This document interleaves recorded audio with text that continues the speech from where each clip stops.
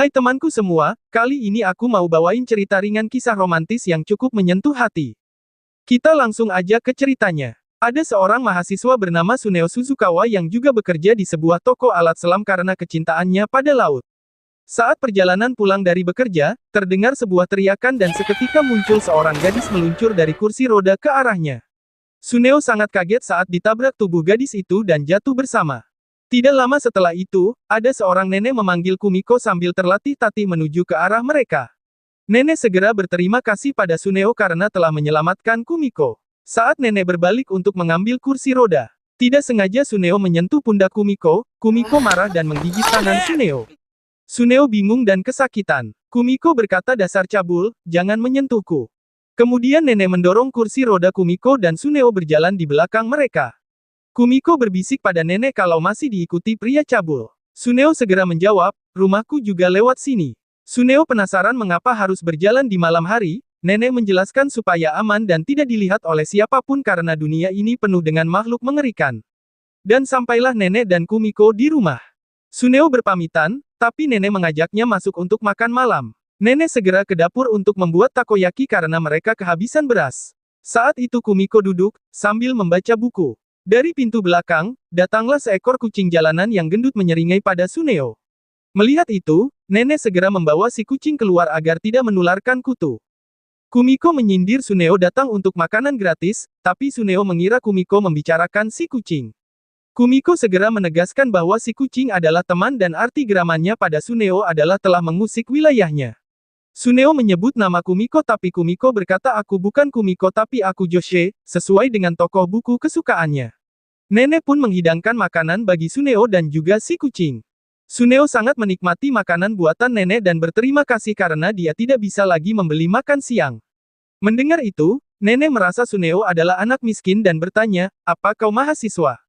Suneo menjawab benar, aku menyewa apartemen dekat sini, meskipun aku miskin tapi aku juga berusaha menabung.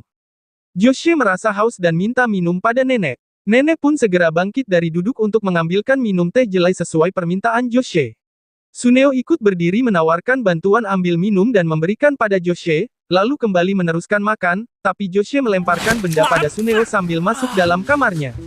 Tangan Suneo pun tersiram sup yang dibawanya. Nenek datang membawakan kain sambil berkata Kumiko tidak bisa minum di cangkir. Dengan bingung, Suneo berkata bagaimana dengan botol plastik atau termos. Nenek merasa Suneo pemuda yang lucu. Setelah itu, Suneo pamit dan berterima kasih pada nenek. Saat mau pergi, nenek menahan Suneo dan berkata kau mau menghasilkan uang. Besoknya di tempat kerja, Suneo menceritakan pada temannya Mai dan Hayato Matsura bahwa dia menerima pekerjaan baru dengan bayaran yang cukup tinggi. Saat itu, bos toko datang menawarkan pekerjaan tetap pada Suneo setelah lulus. Tapi Suneo memiliki rencana untuk sekolah di luar negeri di Meksiko setelah kuliah. Pulang kerja, Suneo pergi ke rumah Joshe. Nenek meminta Suneo menuruti apapun permintaan Joshe kecuali mengajaknya keluar rumah. Nenek pun memberi kebebasan mengambil makanan apapun di kulkas. Lalu nenek pergi meninggalkan mereka berdua. Suneo bertanya pada Joshe apa yang diinginkannya. Tapi Joshe langsung masuk kamar dan menutupnya sambil mengusir Suneo. Suneo menegaskan bahwa mulai hari ini dia bekerja di sini. Joshe pun menyuruh Suneo berlutut untuk melihat berapa lama manusia bisa menahannya. Suneo pun menurutinya. Malamnya, Suneo berkumpul dengan dua temannya dan mencurahkan rasa marahnya pada Joshe.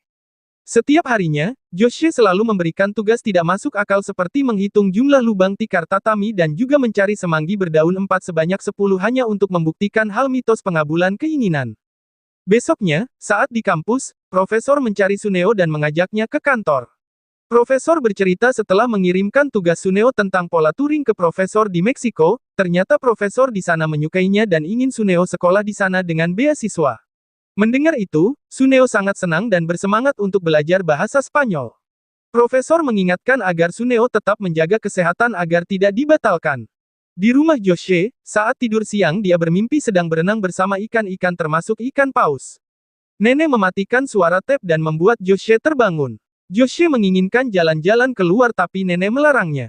Tidak lama setelah itu, Suneo datang dan bicara di depan kamar Joshe memutuskan segera berhenti bekerja. Karena tidak terdengar suara, Suneo membuka pintu kamar dan melihat di dalamnya penuh dengan lukisan buatan Joshe. Kebanyakan lukisan Joshe bertema laut. Lalu Suneo mendengar suara nenek memanggil Kumiko. Suneo segera berlari keluar rumah menemui nenek dan langsung pergi mencari Joshe. Hingga, Suneo menemukan Joshe akan menyeberangi rel kereta yang palangnya tertutup tanda kereta akan lewat. Suneo segera memanggilnya dan menarik kursi roda Joshe. Lalu Suneo mengajaknya pulang. Joshe langsung meminta diantarkan ke laut, kalau tidak dia akan melapor ke nenek kalau Suneo memegang dadanya untuk dipecat. Suneo berkata terserah kamu, sambil membalikkan badan. Setelah beberapa saat, Suneo mendorong kursi roda Joshe dan meminta bayaran lebih karena mengantarnya ke laut. Saat mereka hendak naik kereta, Suneo meminta Joshe membeli tiket sedangkan dia menelepon nenek mengabarkan akan segera mengantarkan kembali Joshe yang telah ditemukannya. Akhirnya mereka melanjutkan naik kereta. Joshe sangat bahagia melihat keluar jendela seakan-akan hal ini pertama kali dilakukannya, tapi mengaku pada Suneo ini bukan hal pertama baginya. Saat itu Suneo berkata hanya ingin mengenal cara Joshe melihat dunia yang digambarkan dalam lautan. Suneo pun tidak pernah membayangkan hal seperti itu. Mendengar itu Joshe kaget dan malu berkata kamu masuk kamarku. Dan akhirnya, mereka sampai di pantai. Joshe menjalankan kursi rodanya melewati pasir pantai menuju laut tapi rodanya tersangkut di pasir. Dengan usaha keras menjalankan roda, Joshe pun terjatuh dari kursi. Tanpa menyerah Joshe merangkak. Joshe berkata ingin membuktikan rasanya laut yang pernah ditanyakan oleh ayahnya, saat dia masih kecil, kini ayahnya telah meninggal tanpa pernah memberitahu jawabannya. Joshe pernah belajar dari buku bahwa laut itu asin, dan ini saatnya dia mengonfirmasi hal itu. Seketika Suneo mengangkat tubuh Joshe untuk dibawa ke air laut. Saat menyentuh air, ombak datang menerpa hingga terciprat ke wajah Joshe. Saat itu Joshe dapat merasakan air laut itu asin. Joshe sangat bahagia bisa merasakannya benar-benar asin. Demikian juga Suneo merasa bahagia. Lalu mereka pun pulang. Sampai di rumah, nenek sudah menunggu dan marah pada Suneo karena janji Suneo tidak ditepati mengantarkan Joshe pulang cepat. Setelah marah nenek segera masuk ke dalam rumah. Joshe bertanya kenapa kamu mau ikut aku? Suneo menjawab, dia memiliki kelemahan terhadap siapapun yang merindukan laut karena dia juga suka melihat sekumpulan ikan berenang karena itu, dia suka menyelam, bahkan bekerja di toko alat selam. Mendengar itu, Joshe terlihat bersemangat dan berbisik nenek beristirahat antara jam 1 sampai 3 siang sambil tersenyum. Besoknya saat mereka melihat nenek tertidur di kursi, Joshe dan Suneo segera keluar rumah untuk jalan-jalan. Suneo membelikannya pancake dan Joshe sangat menikmatinya. Suneo bertanya apakah ini pancake pertama, Joshe menjawab dia pernah makan bersama pacarnya, bahkan dia sangat populer dan pernah punya 5 pacar sekaligus. Saat itu mereka melihat ada anak naik sepeda otopet. Di rumah, Suneo membuatkan otopet versinya untuk Joshe. Joshe pun mulai duduk di atasnya dan didorong oleh Suneo. Awalnya Joshe terkesan kagum senang namun terjatuh saat melewati tangga menuju halaman belakang. Hal itu membuatnya marah pada Suneo. Besoknya mereka pergi naik biang lala. Joshe sangat bahagia tapi tidak dengan Suneo yang merasa mual karena Suneo takut ketinggian. Saat di rumah, Suneo membuatkan tangga kecil di dapur sehingga Joshe bisa menggapai kompor dan bisa memasak. Joshe pun berkata pada nenek bahwa malam ini dia yang memasak. Datanglah si kucing dan Suneo memberinya nama Yukichi. Setiap hari mereka selalu pergi keluar rumah untuk nonton bioskop, bermain bola sabun dan bercanda ria di taman, pergi ke SeaWorld dan juga ke perpustakaan. Joshe sangat bersemangat mencari buku-buku yang disukainya dan meminta Suneo meminjamnya. Suneo berkata untuk meminjam buku, butuh kartu perpustakaan, maka Joshe segera menuju meja pustakawan untuk daftar kartu perpustakaan dan berkenalan dengan Kana si pustakawan yang memiliki kesukaan buku yang sama. Saat Suneo datang memanggil Joshe, Kana mengira Suneo adalah pacarnya. Dengan malu, Joshe mengaku dia bukan siapa-siapa. Suneo menjelaskan tidak mungkin Joshe memperhatikannya karena dia pernah punya 5 pacar sekaligus. Mendengar itu, Joshe marah dan berkata aku akan memukulmu. Kana pun tersenyum melihat tingkah mereka berdua. Pulang dari perpustakaan, mereka mampir ke toko tempat Suneo bekerja. Hayato yang melihat Joshi langsung datang memperkenalkan dirinya. Lalu Hayato kedatangan pelanggan. Mai datang dan memperkenalkan dirinya pada Joshe. Saat itu Joshe hanya diam dan terlihat tidak suka pada Mai. Saat Mai mengajak bicara Suneo, Joshe pamit pada Suneo. Suneo pun segera mengejarnya dan bertanya kenapa pergi. Joshe menjawab dia tidak suka dengan tempat seperti ini. Mereka berdua bertengkar dan Joshe pulang sendirian. Saat di rumah, Joshe berkata pada nenek meminta Suneo jangan pernah kembali maka nenek pun memberitahu Suneo. Besoknya saat Suneo masuk kerja di toko, Suneo menerima pesan dia akan berangkat ke Meksiko bulan Maret. Suneo segera memberitahu bos toko bahwa sekolah akan dimulai bulan September tapi mereka memintanya datang setelah lulus sekolah. Bos berkata berarti tinggal 6 bulan lagi mereka bekerja bersama. Saat itu, Josie ke perpustakaan sendirian. Karena bertanya di mana Suneo, Josie menjawab bahwa dia tidak suka pada Suneo yang makannya banyak dan suka menggoda wanita. Kana tertawa dan seketika ada anak kecil datang meminta Kana membacakan buku. Kana minta maaf tidak bisa melakukannya karena dia lagi bertugas sendirian saat itu.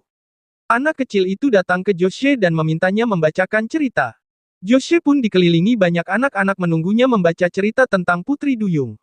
Josie pun mulai membaca dengan nada cepat dan membosankan maka satu persatu dari mereka pergi hingga menyisakan satu anak. Anak itu bertanya, seperti apa istananya? Lalu Josie menggambarnya di papan whiteboard. Kana datang dan melihat gambar Josie mengira Josie seorang ilustrator. Josie menggelengkan kepala maka Kana pun menyayangkan bakat yang dimiliki Josie. Malamnya saat di rumah, Josie sedang menggambar di kamarnya. Suneo langsung masuk kamar Josie dan mematikan lampu. Josie segera melihat ke arah Suneo mau marah tapi melihat Suneo membawa lampu berbentuk ikan yang sangat indah. Suneo mendekati Josie. Josie bertanya apa kamu yang membuatnya pelayanku? Suneo menjawab iya, pelayanmu yang membuatnya. Josie berkata pantas saja jelek, hal itu membuat Suneo tersenyum. Josie kembali bertanya ikan apa ini? Suneo menjawab ikan Clarion Angel, spesies langka yang hanya ditemukan di dekat Meksiko. Suneo bercerita ketika masih kecil, dia melihat ada toko ikan yang memilikinya 1 ekor. Setiap pulang sekolah, Suneo selalu mampir melihatnya. Suneo mengetahui bahwa ikan ini selalu berkelompok dan saat itu dia ingin bersama dengan keluarganya juga. Demikian dengan Suneo, orang tuanya bercerai, ayah meninggalkan rumah dan ibu selalu sibuk bekerja. Josie berkata, ikan itu tidak sedih, dia membuat kamu datang setiap hari. Suneo berkata sudah lama dia ingin melihat ikan itu berkelompok. Josie berkata semoga impianmu terwujud. Suneo berkata sebenarnya tahun depan, seketika lampu ikan padam. Josie berteriak lampunya rusak, Suneo segera mengutak-atik sebentar dan lampu ikan pun menyala kembali. Saat itu, Josie dan Suneo saling bertatapan dalam jarak dekat. Segera Josie menyundul kepala Suneo sangat keras dan membalikkan badan, Suneo kesakitan. Besoknya nenek melihat Josie merapikan rambutnya dan tidak lama Suneo datang. Suneo menyapa nenek dengan menundukkan kepala dan Josie berkata kau sudah siap pergi, membuat nenek dan Suneo kaget. Nenek memanggilnya, dan Josie berkata, nenek, dunia tidak semuanya menakutkan, lalu mereka berdua pergi keluar. Saat mereka pergi, nenek tertawa terbahak-bahak. Mereka menuju ke kebun binatang. Saat di depan kandang harimau, Josie berkata aku pikir aku bisa bersamamu, untuk berpegangan, saat aku perlu sesuatu, saat aku ketakutan. Tidak lama setelah itu, nenek meninggal dunia. Suneo berkata jika kau perlu bicara, aku di sini, tentang harus melakukan apa selanjutnya. Josie berkata nenek hanya meninggalkan sedikit uang untuk bertahan hidup, untuk kebutuhan masih cukup tapi tidak cukup untuk membayar gaji pelayanku. Suneo pun mengerti. Lalu Suneo dan kedua temannya pergi menyelam. Saat itu, Suneo hampir kehabisan oksigen dalam tangkinya dan segera memberitahu Hayato minta tolong, dengan segera Hayato membagi oksigennya dan mereka naik ke permukaan bersama. Saat berada di kapal, Suneo bercerita bahwa nenek Josie telah meninggal sehingga sekarang dia sendirian. Setelah Josie didatangi pekerja dinas sosial tentang rencananya ke depan, Josie termenung di depan sungai di jembatan. Saat akan kembali roda kursi tersangkut, untunglah ada Mai yang menahannya. Mai memperkenalkan dirinya lagi. Mai mengetahui rumah Josie dari Suneo, Hayato juga datang saat itu. Josie bertanya apa yang kau inginkan. Mai menginginkan Josie dapat melepaskan Suneo agar dapat pergi ke Meksiko di bulan Maret menggapai mimpinya. Mendengar itu, Josie marah dan menanyakan hubungan Mai dengan Suneo lalu pergi. Mai menambahkan bahwa Suneo selalu datang hanya karena kasihan melihat kondisimu, lalu pergi. Hayato minta Josie tidak mendengarkannya dan berlari mengejar Mai. Setelah kuliah, Suneo datang ke rumah Josie. Suneo membuka kamarnya tapi Josie tidak ada serta lukisan-lukisannya pun telah hilang. Josie muncul di belakangnya bertanya kenapa kau di sini? Sambil merangkak menuju kamar dan menyalakan tap, tapi tapnya mati sehingga Suneo membantu memperbaikinya. Saat memperbaiki, Josie berkata ingin ke laut dan ini tugas terakhirmu sebagai pelayanku. Dan berangkatlah mereka ke pantai. Saat di pantai, Josie menitikkan air mata berkata asin, lalu menghapus air matanya dan pergi. Suneo berkata aku tidak menginginkan uang jadi jangan katakan ini tugas terakhirku. Saat itu Joshe berkata, aku bukan lagi Joshe karena aku sudah menerima pekerjaan di kantor. Saat itu terjadilah sedikit perdebatan di antara mereka tentang pekerjaan baru Joshe. Suneo hanya ingin Joshe melakukan apa yang diinginkannya, tapi Joshe tidak tahu lagi apa yang harus dilakukan, orang sehat tidak akan mengerti sambil pergi dari sana. Saat itu hujan turun dan saat Joshe menyeberang jalan, kursi roda berhenti karena roda tersangkut di lubang jalan. Suneo melihatnya dan berlari mau menolong Joshe tapi sayangnya ada mobil dalam kecepatan tinggi menabrak tubuh Suneo hingga tubuhnya terpental. Melihat itu, Joshe menjatuhkan diri dan memanggil-manggil Suneo. Untung saja ada mobil lain yang lewat dan segera menghubungi ambulans dan segera membawanya ke rumah sakit. Setelah pemeriksaan, Suneo terbangun, saat itu Suneo bertanya tentang gadis kursi roda pada perawat rumah sakit. Perawat menjelaskan bahwa gadis itu sudah lama menunggu tapi sekarang sudah pulang. Saat Suneo konsultasi, dokter menjelaskan organ dalam Suneo sehat, namun tulang kering kaki kanan patah sehingga telah dilakukan operasi untuk mencegah infeksi. Butuh waktu 2 bulan sebelum bisa menopang berat badan. Namun ada resiko peradangan sendi sehingga membuat sulit berjalan atau berlari seperti sebelumnya. Besoknya, Joshe datang dan meminta maaf. Suneo berkata ini bukan salah Joshe, hanya saja dia mengkhawatirkan tidak bisa jalan lagi sehingga membuat Suneo merasa tertekan. Joshe pun pulang, keadaan Suneo membuat Joshe sangat sedih hingga menangis. Di rumah sakit, setelah menerima telepon dari ibu, profesor datang dan memberitakan tentang rencana ke luar negeri, pihak Meksiko meminta siswa lain datang jika Suneo tidak bisa. Hal ini membuat Suneo semakin sedih dan semakin takut tidak bisa lagi berenang dan tidak bisa sekolah di Meksiko sehingga dia menangis. Malamnya, saat Suneo membaca kamus Spanyol, Suneo merasa putus asa dan melempar buku itu ke tempat sampah. Besoknya, Mai datang membawa puding dan mendengar pembicaraan dokter dengan Suneo tentang rehabilitasi yang tidak lama lagi. Dan saat Mai memasukkan puding ke kulkas, Mai melihat buku bahasa Spanyol di tempat sampah. Mai pun segera mengajak Suneo keluar untuk jalan-jalan di taman rumah sakit. Saat di luar, Mai berusaha menghibur dan menyemangati Suneo. Hal itu membuat Suneo mengutarakan kesedihan dan kemarahannya jika dia tidak bisa belajar di Meksiko sebagai sesuatu yang sangat diinginkannya. Seketika, Mai mengungkapkan perasaan sukanya pada Suneo sambil menangis. Dari kejauhan datanglah Hayato, dan Mai mengajak Suneo kembali ke kamar. Di rumah, Joshe sedang berbaring dan ada ketokan di pintu depan yaitu Mai. Joshe bangun dan meminta Mai pergi tapi Mai mengutarakan hal sejujurnya tentang cintanya pada Suneo akan membuat Suneo lupa akan laut agar dia tidak sedih lagi dan betapa mengenalnya dia akan diri Suneo. Joshe membuka pintu dan juga merasa kenal Suneo yang tidak pernah menyerah akan mimpinya dan, perasaannya terhadap Suneo, tidak akan terkalahkan. Mai pun menantang Joshe untuk menunjukkan perasaannya itu dan pergi meninggalkannya. Mai menangis dan bertemu Hayato berdiri melihat kecerobohan Mai yang malah akan menyatukan Joshe dan Suneo. Mai mengakui bahwa dirinya wanita yang baik. Untuk menghibur Mai, Hayato minta ditraktir makan malam. Setelah itu, Joshe datang ke perpustakaan dan meminta bantuan Kana. Di rumah, Joshe membuat suatu rancangan dan mendiskusikannya pada Kana lalu membeli cat warna dan malamnya Joshe mulai melukis. Joshe pun meminta bantuan Hayato dan menyelesaikan keseluruhan lukisannya. Besoknya, Hayato datang ke rumah sakit sambil membawa surat izin pergi untuk Suneo. Suneo bingung mengapa Hayato melakukan ini dan segera menolaknya. Hayato kembali mengajaknya dan membuat Suneo marah dan mendorong tubuh Hayato. Hayato bersikeras dengan berkata sebagai teman menyelam, tugasku memberi oksigen, kapan saja kau membutuhkannya, jadi, diam dan ikuti aku. Terpaksa Suneo mengikuti ajakan Hayato, lalu Hayato mengajaknya ke perpustakaan. Di sana Joshe dan anak-anak kecil sudah menunggu, termasuk Kana. Saat Suneo datang, Joshe mulai bercerita. Judul ceritanya adalah Putri Duyung dan Sayap Berkilau. Dari dalam laut terdengar suara musik yang meriah merayakan hari ulang tahun Putri Duyung ke-20. Putri Duyung menerima cangkang ajaib sebagai hadiah. Dengan cangkang itu Putri Duyung bisa berubah menjadi manusia tapi tidak bisa memenuhi keinginan yang lain.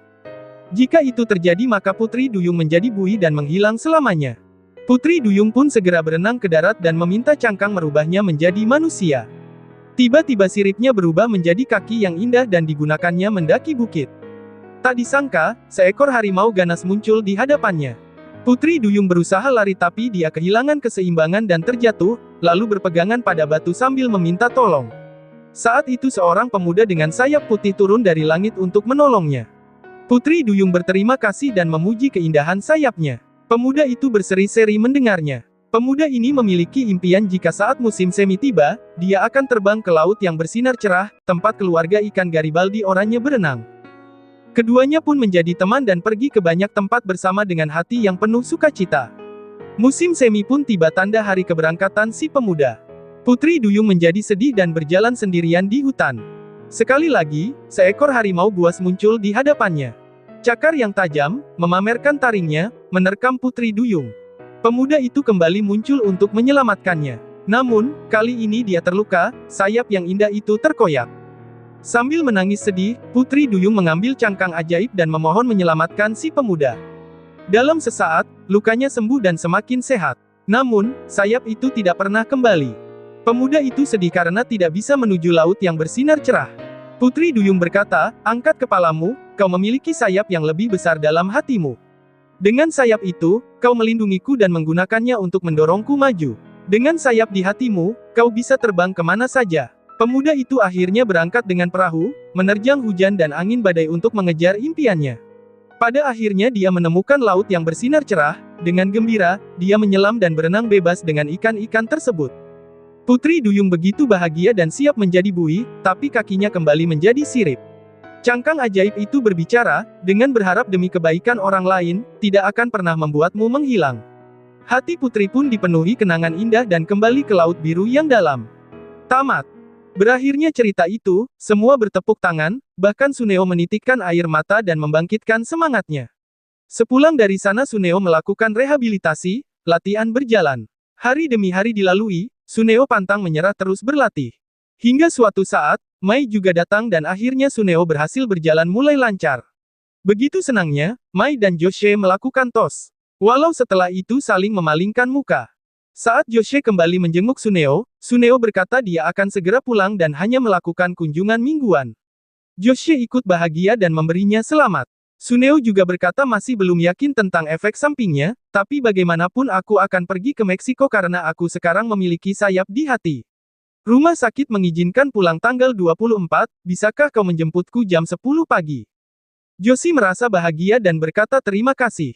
Tepat pada tanggal 24 Desember Suneo menunggu kedatangan Joshe tapi hingga jam 10 lewat Joshe tidak datang. Suneo meneleponnya juga tidak diangkat. Jam menunjukkan setengah 12, Joshe tidak juga datang. Akhirnya Suneo memutuskan untuk pergi, dan datang ke rumah Joshe. Suneo masuk dan mencari di kamar tapi Joshe tidak ada, bahkan barang-barang di rumahnya pun telah dikemas. Melihat itu semua, Suneo pergi ke perpustakaan menemui Kana tapi karena belum bertemu Joshe hari itu, Suneo juga memberikan pesan pada Hayato tentang Joshe. Hayato memberitahu Mai, dan mereka pun segera mencari Joshe. Suneo datang ke stasiun dan petugas stasiun berkata melihat seorang perempuan berkursi roda baru saja naik. Suneo pun bertanya dia pergi ke arah mana. Ternyata Joshe pergi ke kebun binatang, di depan kandang harimau. Tidak lama Suneo menyusul ke kandang harimau tapi Joshe sudah tidak ada. Saat itu Suneo melihat jejak roda di tumpukan salju, segera Suneo mengikuti jejak roda itu hingga sampai di ujung persimpangan jalan. Joshe terus berjalan dengan kursi rodanya dan ada seekor anjing lari terlepas dari tuannya. Saat pemilik anjing sedang mengejar anjingnya, tidak sengaja mendorong Joshe sehingga Joshe menekan remote maju padahal jalan di depannya menurun sehingga kursi sulit dikendalikan. Kursi pun melaju sangat kencang, hingga Joshe terlempar terjun bebas dan seketika Suneo di depannya menangkap tubuhnya. Mereka berdua jatuh bersama meluncur di atas salju. Saat Joshe tersadar di depannya Suneo, Joshe bingung dan khawatir akan kaki Suneo yang baru saja keluar dari rumah sakit. Suneo berkata, "Saat panik mencarimu, aku menyadari aku berlari, tapi kamu kenapa?" Joshe menjawab memutuskan menjadi ilustrator buku gambar dan berencana bisa mandiri karena selama ini Suneo telah mendorongnya dari belakang. Suneo segera berkata, "Aku melakukannya karena memang ingin menjadi pelayanmu." Lalu Joshe berkata bagaimana dengan ikan Clarion Angel dan Meksiko. Suneo berkata, "Aku tetap akan pergi tapi aku mencintaimu, Joshe." Joshe pun menangis dan memeluk Suneo sambil berkata aku juga mencintaimu pelayanku. Lalu mereka tertawa bersama. Demikian cerita kali ini. Raihlah apapun impian kalian, jangan pernah menyerah menghadapi tantangan. Sampai jumpa di cerita berikutnya.